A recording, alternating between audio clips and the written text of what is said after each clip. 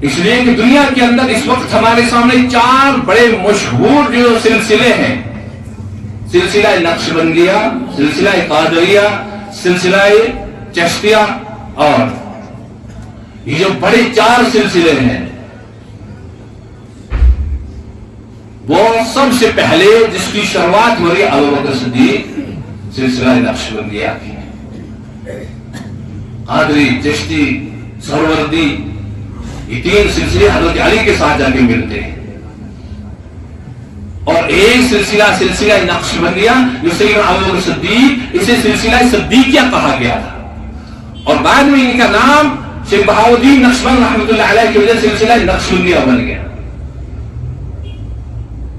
اس لیے کہ اکثر بزرگان دین جن کو کسی سے صحبت اور تعلق ہوتی ہے نا، کبھی وہ 4 سلسلوں میں بیعت کرواتے ہیں، جن کو 4 کے ساتھ تعلق ہو وہ 4 میں بیعت کرواتے ہیں۔ اور اس وقت ہمارے پر عظیم کے جو مشہور بزرگ اور عالم دین جو اس دنیا سے رخصت ہوئے ہیں، حضرت پیر ذوالفقار رحمت اللہ علیہ، بڑے عظیم ولی کامل اور سلسلہ نقشبندیہ کے بڑے امام ہیں۔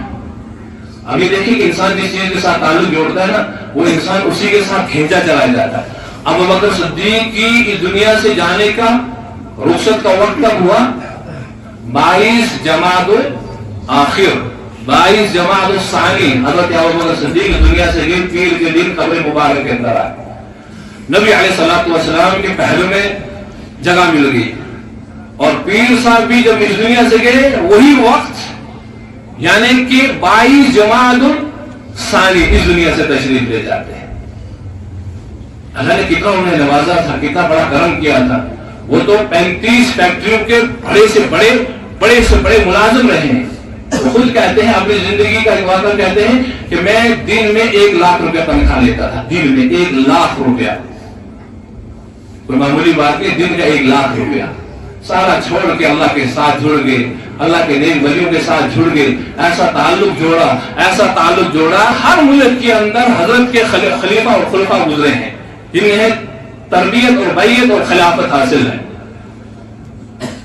اور آج کا ایک عجیب واقعہ نہ بتا دوں، ان کے خود خلیفہ، میں صبح ان کی ایک بات سن رہا تھا کہ ان کے قبر مبارک کو صبح میں ٹھیک کرنے کے لیے اس کو، تو انہوں نے کہا کہ لوگوں نے افواہ پھیلوا دی تھی کہ ان کی قبر سے خوشبو آ رہی ہے، تو میں نے وہاں تصدیق کرنے کے لیے ان کی خاص خادم جو ان کی علالت میں بھی اور ان کے ساتھ رہے اور وہاں تک بھی ساتھ رہے، کیا یہ بات صحیح ہے؟ تو کہا کہ بالکل صحیح ہے۔ جب میں نے بھی لوگوں سے سنا تو میں بھی گیا قبر کو ٹھیک کرنے کے لیے، تو میں نے جب اس مٹی کو ٹھیک کیا تو میرے ہاتھوں سے بھی کچھ وقت تک خوشبو آ رہی تھی اس قبر سے۔ جو اللہ کے ساتھ تعلق جوڑتے ہیں نا، تو زمین کیا، وہ زمین تو اس کی بھی بن جاتی ہے۔ اور ان کے اصالے ثواب کے لیے بھی چند کلمات پڑھے اور